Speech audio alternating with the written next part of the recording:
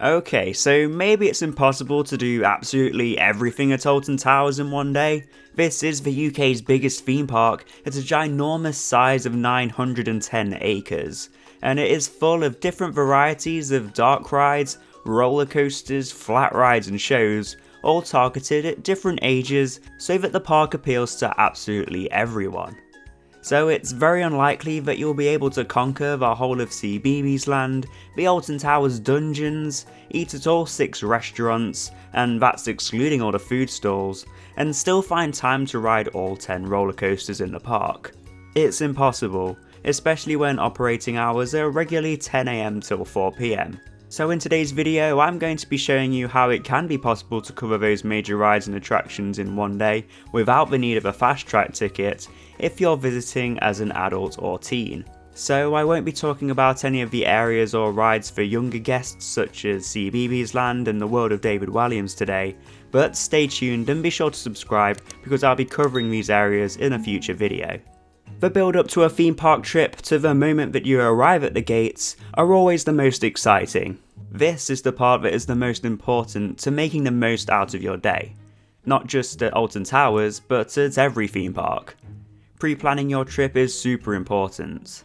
Alton Towers have a fantastic app which provides you with a map, directions on how to get to the park, live queue times, as well as all the FAQs to answer all those questions you may have before visiting. As well as all this, there's also a fantastic section called My Plan, which helps you lay out your plan for the day. On here you put in all the details for every guest in your party, including height so it can rule out any rides or roller coasters where younger guests don't meet the requirements. It also asks what interests you have so that you won't be recommended any rides that are not suited for you. And it even has a tick box which asks you if you don't mind riding alone. After this, you'll be provided with a list of suggested rides that Alton Towers think you will be interested in.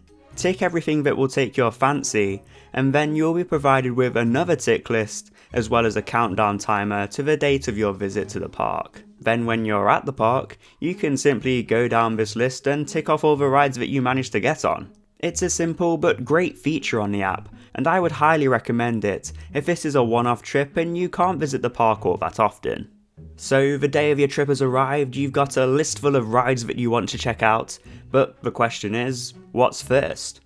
I've spoken about this plenty of times here on the channel, and the reason I always mention this is because it really is the best way to start off your day, and the most important way of making the most out of your day, if you're looking at getting on all those major rides. When you enter through those gates, skip straight past Wicker Man, skip straight past the Smiler, and head straight on to the other end of the park where you will find Forbidden Valley.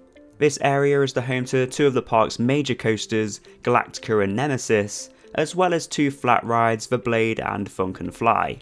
The reason you should start your day off in this area is because when the park opens, guests usually go straight to the major coasters which are closest to the entrance, which are Wicker Man and the Smiler.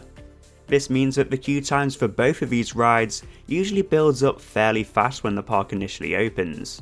Don't get me wrong, you will be going on both of these rides during your visit, but in the time you would be spent queuing at the start of your day for either of these 2 rides, you could be riding Nemesis and Galactica with minimal to no wait times.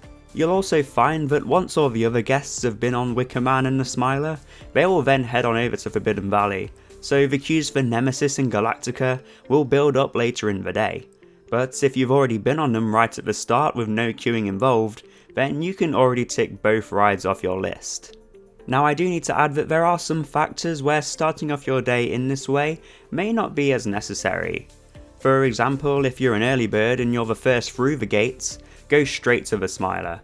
It's the ride that usually has the biggest queue, especially on those busy days, so if you're first to enter the park, then take full advantage and run straight towards that 14 inversion coaster. If you don't fancy the Smiler first thing in the morning, then the Wicker Man is also another good option. Another time you may not need to start off in Forbidden Valley is if you take a visit on a quiet day.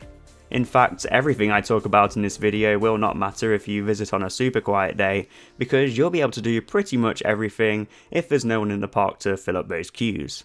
So after you've been on Nemesis and Galactica, now it is time to take a trip to the Dark Forest, home of another 2 of the park's major coasters, Rita and 13.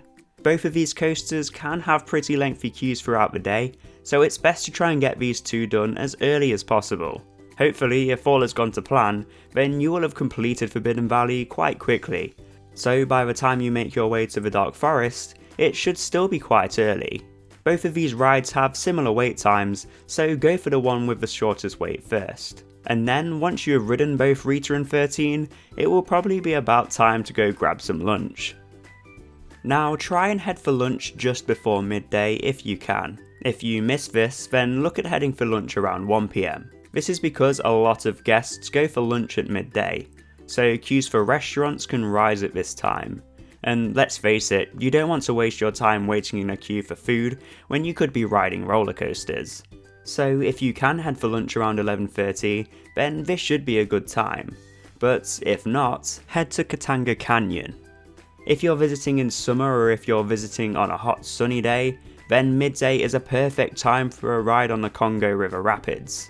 I've mentioned before in some of my other videos that you don't get that wet on the rapids, and it is true. But that being said, the cool breeze and the gentle splashes of water will be enough to cool you down. As well as this, you also have the Runaway Mine Train, a classic ride in the park which is great for the whole family. It's possible the queues may have built up around this time, however if you're in the area around lunchtime, then hopefully the queues will have thinned out even if it is just a little bit. If you manage to grab lunch before midday, then head to Katanga Canyon after you've had something to eat. This is for the same reasons as I've just mentioned, but as well as this, both of these rides are much easier on the stomach compared to the likes of the Smiler, so your food should stay down where it belongs. It's completely up to you what you personally prefer when it comes to which restaurant you want to eat at. There's plenty of food options to choose from, especially during events like Mardi Gras, Oktoberfest and Scarefest, so before you visit, be sure to look at the different options available. So going into the afternoon, you should have hopefully already ticked off 7 rides, as well as the flat rides in Forbidden Valley and roller disco in the Dark Forest. If you're visiting on a busy day, it's hard to avoid those queues in the afternoon, especially for the Smiler. That is, unless you don't mind riding alone without your friends and family. The Smiler is currently the only ride at Alton Towers that has a single rider line. This is a separate queue to the regular standby line, which allows ride hosts to fill in gaps on the Smiler whenever there's a group of 3 per row. The single rider queue can significantly reduce your wait time. Earlier this year, I skipped a 70-minute wait for the Smiler in just 5 minutes. So if you don't mind riding alone, then consider taking this option. If you don't want to ride alone, then you'll have to wait it out. But having said that, hopefully by this time the queue will have reduced slightly from the morning. Now once you have braved the Smiler, there's only 3 major rides to complete: Oblivion, Spinball Whizzer, and the Wicker Man.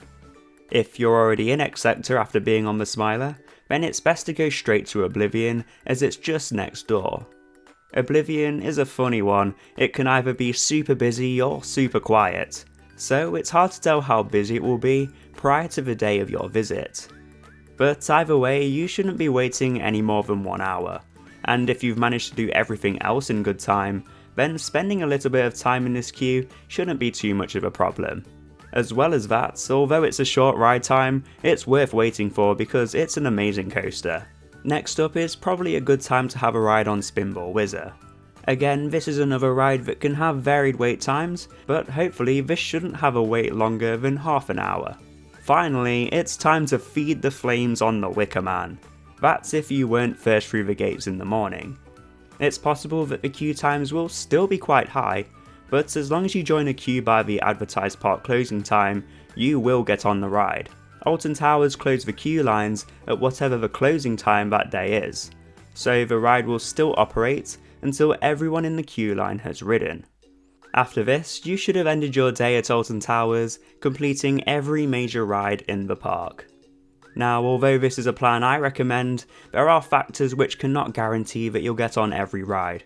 For one, rides sometimes break down, so sometimes on your visit, a ride may be out of action for the whole day. This is one of the reasons I've not included Hex on this list, as currently it has been down for pretty much the whole of the 2022 season. Another factor is the weather. Rides can sometimes not operate if it's too windy or too rainy, so sometimes this can put a delay on your day. There is also the option to buy a fast track if you really want to. This will of course cost you extra, but it will guarantee that you get on every ride that's operating that day, no matter what order you do the rides in. Finally, I've only covered the major rides at the park. There's still attractions like the Alton Towers Dungeon, Sea Life, as well as the other 2 areas I mentioned at the start of the video. If you're visiting on a quiet day, then it's very possible that you can even fit all these rides and attractions in too. So consider visiting on a weekday outside of the school holidays, and this should hopefully mean minimal wait times for all the major rides, so you can also experience those other attractions too. But there we have it, this is one way in which you can complete Alton Towers in just one day without fast track, no matter how busy it is. You may be watching this and visit Alton Towers often and completely disagree with this plan, and if this is the case, then let me know down in the comments below what you do differently. Also, if you visit Alton Towers and this plan works, then I would love to know too. So let me know down in the comments below if this plan has helped. But that is it for this video. If you did enjoy watching, then please consider hitting that like button to let me know. And if you are new around here and you're feeling extra cheeky, then be sure to hit that subscribe button and ring that notification bell so you don't miss a single thing, because we make plenty of theme park and adventure videos here at Acadia Adventures, which you don't want to miss. If you want to find out some mistakes to avoid at Alton Towers, then click this video right here. And if you want to learn of the best times to visit Alton Towers during the year, then maybe consider checking this one out too. Thank you all for watching, and I will see you in the next one.